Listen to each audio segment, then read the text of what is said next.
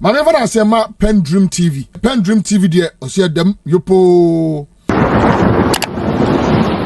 The for in the constitution that in the rare event that the people deem it necessary for a sitting president to continue for another term or two after his or her 2 terms of office comes to an end because of his or her performance and excellent statesmanship and governance, then a referendum must be had, and the result of the referendum must be binding, and Parliament must endorse it in line with the outcome. The will of the people must not be ignored because of partisan interests, politics, and baseless democracy rhetorics. A good person with a sound mind and deep-rooted love for his country must be given ample time to help develop Ghana. Joseph Agbako Yadogla says you are gradually stepping into the shoes of Uncle Kwesi. Then there's Ahmed Hussein who is joining us. Enjoy the Mother of all talk shows all the way from Accra, Newtown. Good morning to you. Eric Okusepon, after listening to Solomon Owusu, is the Yanum MPP playing political mischief by this 3rd term agenda? There's also Baseman Adam thank God President Mahama has neutralized the agendapreneurs. We move on. Emmanuel Kwame Agba says good morning to Solomon for always standing by the truth no matter what. We need people like him. There's Kokubo Steven and says good morning. He just says good morning to everybody. There's Eric Kusafan who sent this one earlier. My question to proponents of the 3rd term agenda, both within the NDC and without, is this: are they proposing this agenda to protect their parochial interests of political appointments and business interests? That's coming from Eric Koku Sepano. Mr. Pratt. Well, I mean, Senator, I'm getting increasingly alarmed at the turn that Ghanaian politics is taking. Ghanaian politics over the last few years has been full of theater and senseless drama. And it's worrying. Because politics essentially ought to be about how to create the material needs of society. Who creates that material need? Who and how is distributed and so on. So politics essentially ought to be about expanding access to housing, to health, to education, and so on. That's what politics ought to be about. Politics ought to be about who owns the resources of Ghana, how those resources are exploited, and who benefits from the exploitation of those resources. This is edifying politics. This is true politics. This is the politics which makes people queue up in the rain and in the sun to cast their votes, sometimes for people they have never met, and so on. This is how politics should be. Unfortunately, over the last couple of years, too many charlatans have jumped onto the political arena. So politics has been reduced, or they have attempted to reduce politics, sometimes to the size of their pockets, sometimes to their looks, sometimes to how many hits they are making on social media and so on. And in the process, politics has been reduced to its lowest possible level of theater and comedy. And it is worrying. I mean, to the extent that in the course of the week, I've read a report which says that persons who want to be president of Ghana need to find as much as $200 million. I mean, are we not shocked? $200 million. Yes, if you want to be president of Ghana, You need to raise that. you ought to have $200 million in your back pocket. Now, if you take the president's pay, what he actually earns, plus all the fringe benefits, car, bodyguards, and so on, for the 4-year period, and you add it can never come anywhere close to $200 million. So why? Why? Are we saying that people love their country so much? They want to serve their country. They have love for their country so much that they would actually invest 200 million in the effort to convince the population that they want to serve them. Does that make sense to you? So if you look at all of this, it would appear that the competition for office, public office, is not about service to the people.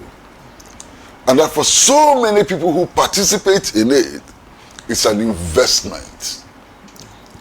It's a commercial investment, it's a business investment.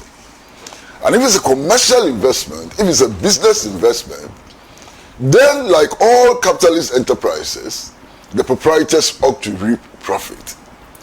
How is the profit going to be reaped? Apart from stealing, naked stealing and corruption. This is what we are faced with. So when I see developments which remind me of this descent into theater and comedy, I get very worried.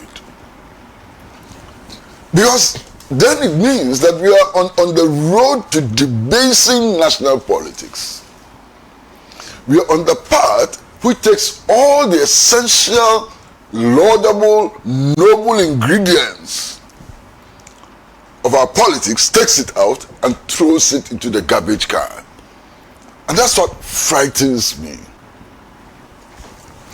Now, this whole debate about whether President Mahama, His Excellency President Mahama, should go for a third term or not is something which is completely baffling. First of all, I take the government of the Convention People's Party, led by Osajefo Dr. Kwame Nkrumah. Now, this government was in power, real power, for 9 years. 9 years.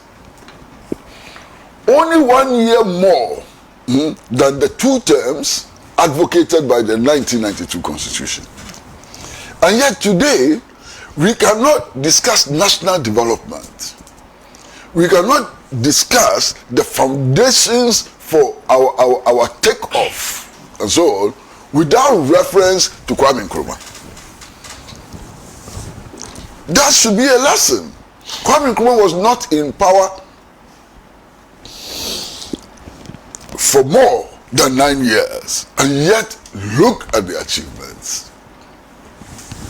The other thing about the Nkrumah government, which is most interesting, most of the people who were in the Nkrumah government were in their early years, 20-something years old, 30-something years old. Nkrumah himself was not 50 years old when he assumed power. Now, if you look at the academic qualifications, you will be shocked. There were people in the Nkrumah government who did not finish secondary school. And for me, that's instructive. They didn't finish secondary school, and yet look at the monumental achievements that they chalked in 9 years. Okay? So the whole argument that you need a lot of time to be able to achieve something in government is thrown overboard by our history. Our history shows us that you don't need 1,000,000 years to make an impact. Now, if you take the Nkrumah government out of the equation, one other government which made monumental strides in our development effort was the government of Kutu Achampo. Yes. Look at the number of low-cost housing projects spread across the country, which were initiated and completed by Kutu Achampo. Look at the huge strides that we made in agriculture. Operation Feed Yourself and Feed Your Industries and so on. The innovation in thinking. Look at even the way in which he negotiated with the Bretton Woods institutions in order to secure a reduction of the national debt. Look at his commitment to the Pan-African struggle, the kind of support that Ghana gave to the struggle against apartheid and so on. You understand? Now, all of this happened in about 7 years. 7 years of a military ruler, 7 years of a military ruler who didn't graduate from Harvard, who didn't graduate from Oxford, who was a product of Swedroe Business College. You understand? He was a product of Swedroe Business College. Look at the achievements. So when I hear people look us in the face and say, look, we have a president who must leave a legacy. And because he must leave a legacy, 8 years is not sufficient for him. And that we should add another 4 years. I wonder. In any case, President Mahama at the end of his term will be doing more than 8 years. 10 years. Because President Mills could not conclude his term, and the remainder of the term was served by him. So by the end of President Mahama's term, he would have served more years than Kwame Nkrumah. If after 7 more years than Kwame Nkrumah, he cannot leave a legacy, that's a huge statement about who he is and his leadership quality. So those who make this argument are actually not very kind to President Mahama. Those who make these statements are actually insulting. You know, those who say that, look, 2 terms is not enough for him, he needs another term and so on. What are they telling us? Now, for me, the other thing which is most important is the fact that a good leader, in my view, is one who is able to prepare others to take over from him in his absence.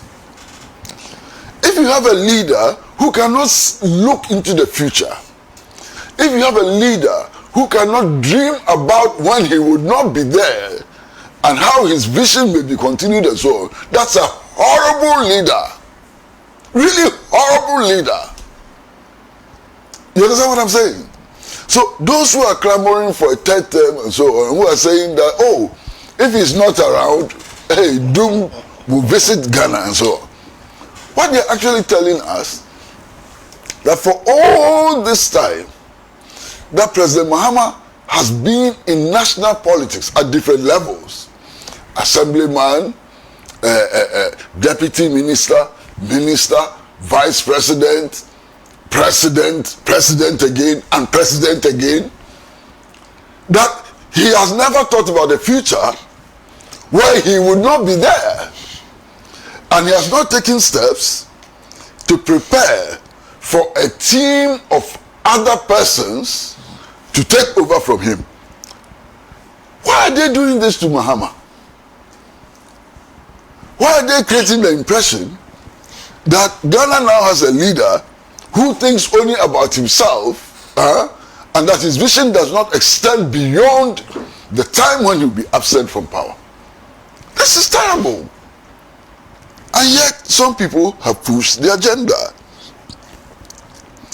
Now, I'm trying to figure out who and who have pushed this 3rd term agenda. And all of us know.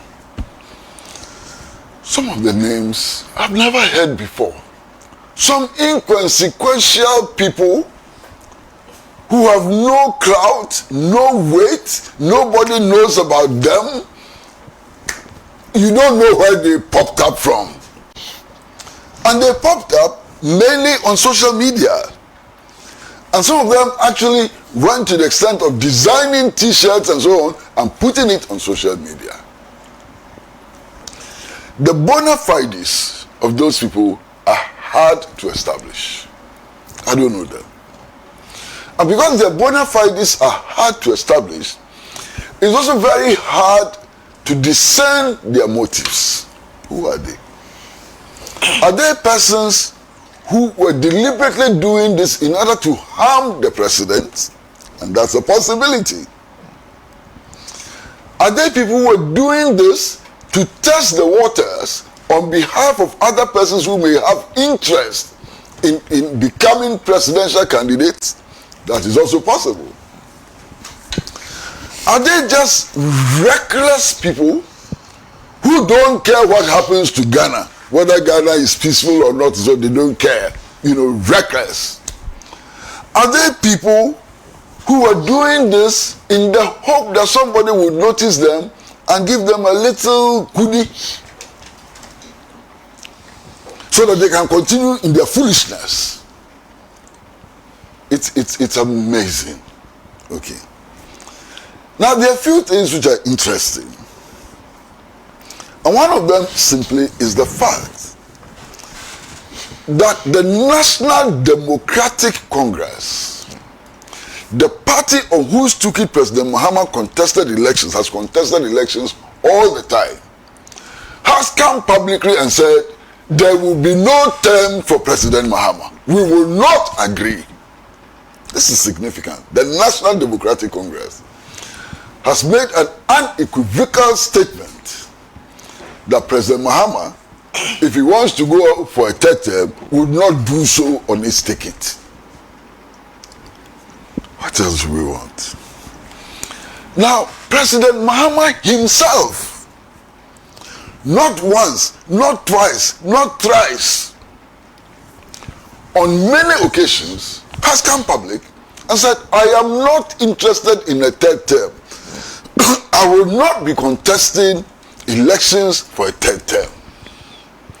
Indeed, when the Council of Elders of the NDC and some leading members of the NDC and so on met in the Flagstaff House to discuss arrangements for nomination and contest of the presidential candidature of the NDC, President Mahama again made a categorical statement that he is not interested in a third term. In the last few days, he has repeated that he is not interested in a third term. So why this? Why this? There must be some reason for this. Why this? Unbelievable. But you see, I spoke about the unfolding comedy. And Sana, I mean every word of it. There's a comedy which is unfolding before our eyes. You see, before the 2024 elections, one gentleman went to the Supreme Court. One gentleman. And he argued before the Supreme Court that by his understanding of the provisions of the Constitution, President Mahama is not qualified to contest the 2024 elections. Are you listening to me? One person. Come 2026, the same person. What a comedy. The same person goes to the Supreme Court and is now arguing that his understanding of the provisions of the Constitution is that President Mahama can go for a third term. Amen.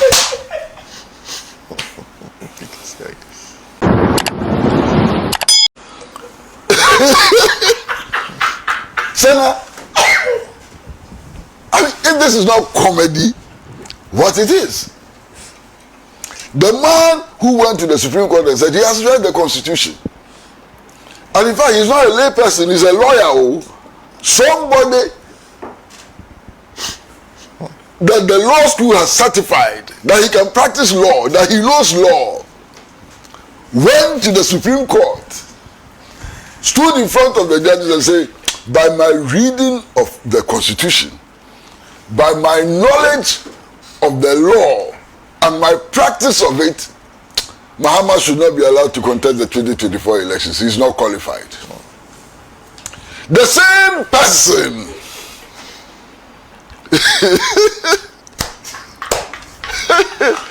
oh So why are you people laughing? The same person goes to the same court with a writ. Now he says that, oh, for the 2024 one, I made a big mistake. The man can even go for a third term. Sarah, if this is not comedy, what is comedy then? Pure comedy. You understand?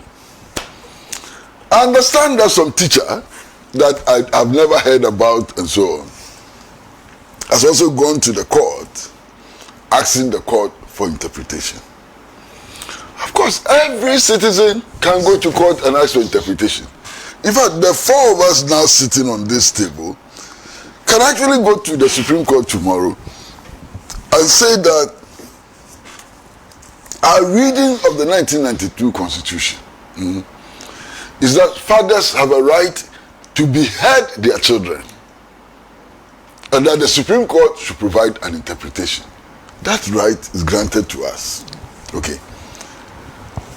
But the effect of that action would be that the state will spend resources, because these judgments don't come easily. The judges are paid. You understand?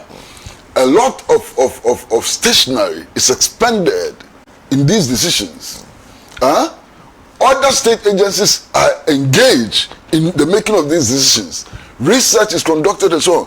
They are expensive ventures.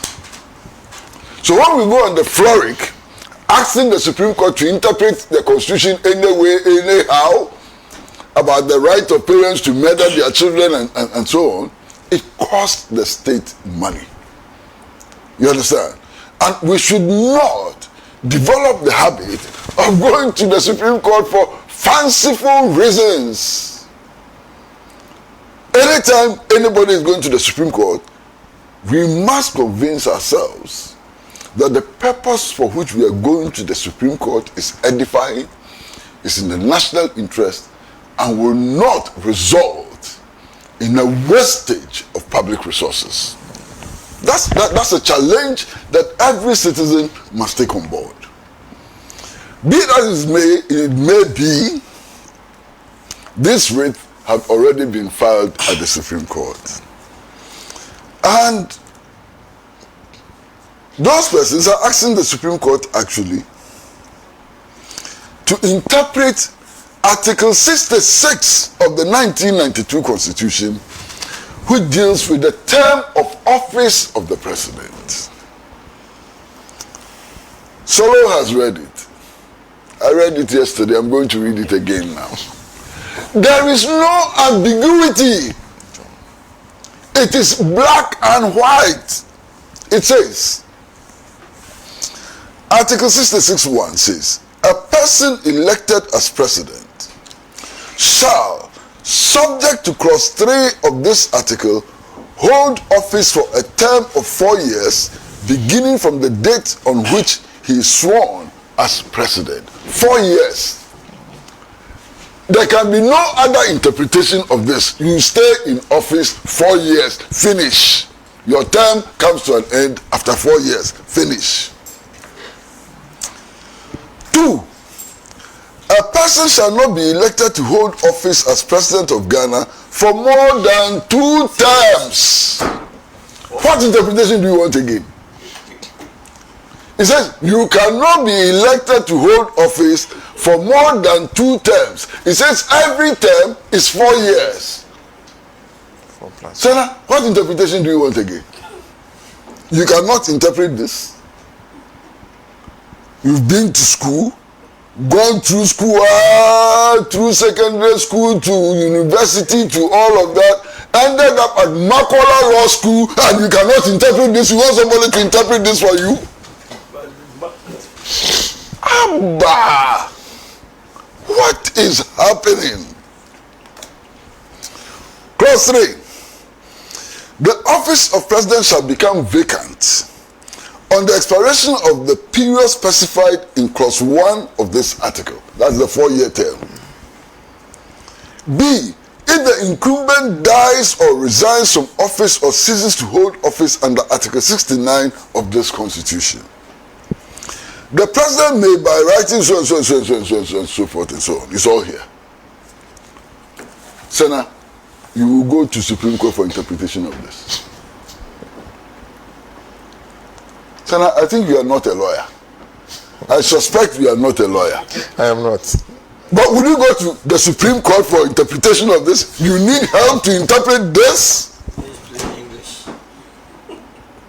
Hey, if you go anywhere to ask for interpretation of this, I will plead with you to go and look for your English teacher. Go and look for your English teacher, because your English teacher would have done you a serious disservice. Your English teacher did not teach you enough English to understand this. You need interpretation.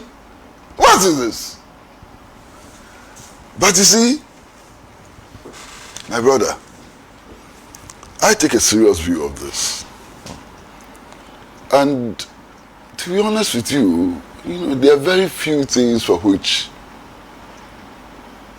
I can say that I am proud of. And one of the things which gives me a sense of pride is that long before this thing became an issue, I made it plain that anybody who pushes this reckless agenda of giving President Mahama a third term should get ready to meet us in the field. Of course. Because we will struggle over it. We will oppose it with everything we have. And this is not because I don't think that he's doing well or I think that he's not doing well. That's not the issue. This is not about whether I like President Mahama or I don't like President Mahama. This has nothing to do with my relationship with President Mahama. This is about the national interest. Because all of us have seen how the pursuit of reckless ambition by bigoted presidents across the world who sought to extend their term of office, how that has destroyed societies. How that has destroyed the fiber of democracy. And we must not allow it to happen in Ghana under any circumstance. You understand what I'm saying? Look, there's one West African country. And today permits me not to mention the West African country. But I'm sure that everybody listening to us will know the West African country that I'm talking about. You see, that leader, according to his country's constitution, was also entitled to go for just 2 terms. 2 terms. That leader, from the beginning, he knew that there was going to be opposition. So that leader named a successor. Master, small time to the election, the successor died. Under circumstances that we cannot. So now the leader comes up and says, well, I really wanted to leave. I wanted to uphold the values of our constitution and so on. But the man I was preparing to take over from me, Yamutu, he's dead. So reluctantly, allow me to go for a 3rd term. You know the country I'm talking about. That's Côte d'Ivoire. Oh, you think that is the country? Oh, that's the country. Okay, I won't challenge you, but I want to say what I want to say. Master, the man now is in for his 4th term.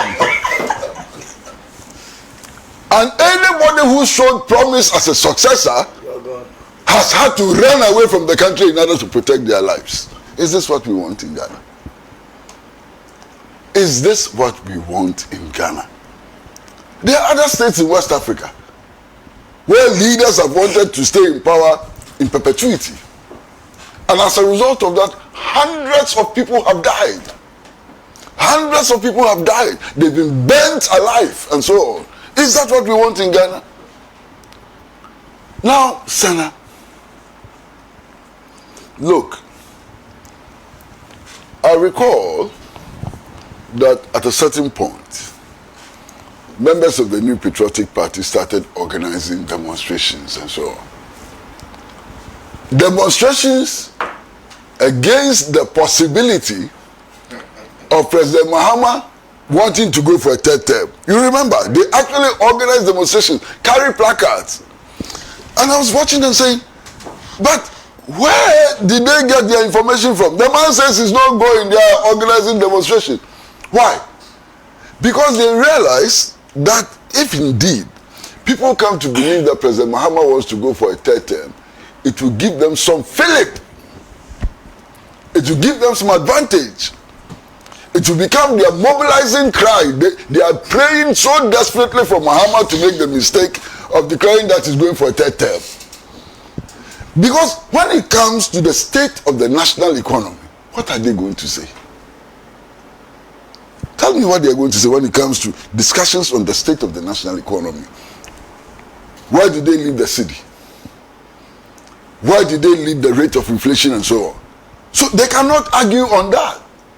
But if it comes to Mahama wanting a third term, whoa! Bonanza for them. So they were praying so desperately. And even when Mahama had not declared his intention to go for a third term, they had started demonstrations already.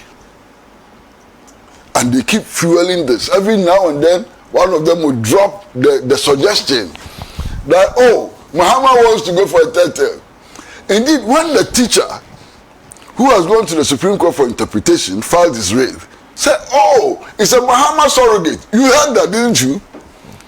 That Mahama has not abandoned the ambition to go for a third term and is doing it through a teacher and so on. Unfortunately, that got spoiled for them. You know how that got spoiled? Because their own prominent member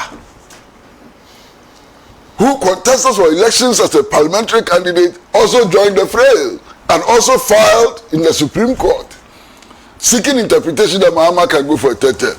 Now, if your own leaders are filing writ asking Mahama to go for a third term, how do you turn around to make propaganda out of it as well? So that propaganda has collapsed. But they will find a way of resurrecting it because it gives them advantages. And those who may be genuine NDC members, those who may be genuine NDC members who are pushing this agenda should read the situation and understand clearly that effectively they are doing work for their opponents. They are not working for Mahama, they are doing work for their opponents. Because this thing is crazy. I don't understand it. I don't understand it. I am convinced that President John Dramani Mahama would not go for a third term. You know why I'm convinced? Because I've known him over a long period of time. I've dealt with him. We've been friends. We've worked on different political projects and so on. I will be totally shocked if tomorrow I hear that President John Dramani Mahama wants a third term. Then it would have meant that he has succeeded in fooling me all these years. Because for all the years that I've known him, that I've seen how he thinks and so on, I have never suspected for one moment that we can get to a point where the John Dramani Mahama I know will be seeking for a third term. That will be totally out of character. And if indeed he decides to go for a third term, we will meet in the political arena. We will fight. We will struggle. Sure. We will prevent it from happening. And he knows that. Apart from his own convictions, which would not allow him to go for a third term, he fully understands that many of his friends and so on will be up in the arena against that move, because that move will destroy this country. It will make no sense. It has no value. It is reckless in the extreme. Why? Would he be telling us that for all these many years, 20, 30 years that he's been active, he's been on the front line of politics, he never for one moment thought about the time when he would not be president? Either because he's medically unfit, or because he served his constitutional term, or for some other reason. He's never thought about it. And if he's never thought about it, then he's unfit to be president of the Republic of Ghana. So this matter is very clear. We cannot tell the Supreme Court how to decide. The Supreme Court, it is human beings who sit on it. The human beings who sit on the Supreme Court, they are not substantially from the human beings in the Makola market selling. They are not substantially different from human beings who become some who, because they didn't have the opportunity, ended up as truck drivers. And so it's the same people, the same kind, our kind, who sit on the Supreme Court. So we are waiting for them to make their decision. And when they make their decision, we will work with their decision for the ultimate good of Ghana and no individual. It's clear. This comedy must come to an end. It has to. This theater must end somewhere. And the theater is all over the place. We are going to discuss other matters. And Senna, you will see proper theater. The theater cannot be even demonstrated strongly in the discussion of this matter. But when we come to the other matters, you will see theater, comedy. Master, finished. Thank you. Thank you. If you just join us, this is the Mother World Talk Show. Salaji and Alaji. Of course, you are live on Pan-African Television. We are live on Radio Gold. Just said, Kwesi Pratt Jr. I was General Secretary of the Socialist Movement of Ghana. I'll come to Lawyer Kwesi Kwachisebe shortly. This is Cool Squash who says, so, Mr. Pratt, the citizens and not only NDC supporters every day on the streets. Okay. This is not clear. So, Cool, please look at your comment again to be helpful. David Kwashi says, Mr. Pratt, your analysis and the first speaker has paralyzed the MPP completely. I like the way you laugh at them. God bless you for having a real sense of love for this country. Eric Baden says, Kwesi, don't kill yourself. Why? GM is not interested in the third term. He even made it clear yesterday in the Volta region. I'll be reading to you exactly what he said. Still Waters is back. I disagree with Kwesi Pratt, trying to compare Nkrumah and a champion's time with the times we are living now. It is disingenuous to do so. Nkrumah had money available to him. Ghana didn't have much debt, and the population was less than it is now. And the way the world did business may also have been different to now. The challenges we face as a country now is not the same Nkrumah had to deal with. Today, it's almost impossible for a new government to govern due to the debts and financial mismanagements left behind by the previous government. This and more poses immediate challenges for the government in power to have the financial liberty to execute essential developments and changes in the national interest. In view of this, governments today may need more time if they are good and have the will to turn things around to be given honorary extended time to achieve their visions for the nation in full. This emotional democracy talk is archaic and must be discarded because the times have changed. And okay. And the people we have now running into our political spaces have now become more advanced in acts of evil and wickedness, probably more than those in Nkrumah's days. The constitution needs to be amended to provide a special exception for this. He argued this from the beginning. He's still standing by it, listening to you. Kojofi Agwesesena, you cannot be. He's talking about the books that I've been sharing over the past few, I think 3 weeks now. Okay, so these are some interesting comments, though. Mohamed Misbahudin says, good morning. The President Mahama, I know, will never go for a third term. And sends greetings to Solomon also. Mano James Oli said, Mr. Pratt, you have said it all. There's Eric Okusapanu says, JDM is a law-abiding president, upholding the tenets of the Fourth Republic Constitution and the Constitution of the NDC. He's not power drunk to protect his political patrimony. Thank you very much. Let me read Francis Gordon, who says, third term for President Mahama isn't going to happen. If it does happen, it's going to serve as a precedent where another future government may attempt to extend their mandate to a fourth term, which can destroy Ghana's democracy. JDM has made it clear that Ghanaians that he isn't going for a third term mandate. Finish. That's Francis Gordon. Thank you very much for that. So this is President Mahama speaking about the cases that have been sent to court. The first one, he says, these are quotes from him, direct quotes. The people of Ghana gave me a mandate for one term, and I'm working hard to meet the promises I made them. I know that people have gone to the Supreme Court seeking interpretation of the of the clause that governs the tenure of the president. If you ask my personal opinion, I thought that it was clear enough. Me, I've read it over several times. It's exactly what it says. But if they want to ask the Supreme Court, that is their business. I know that the people of Ghana gave me one additional term, and I'm going to work to meet the trust that they put in me. I'm not PENDREAM TV. Now, so far so good. Say open online portal e Ghana. Nipa share, nipa follow, nipa comment here. To my best of knowledge, without any biases, PENDREAM TV.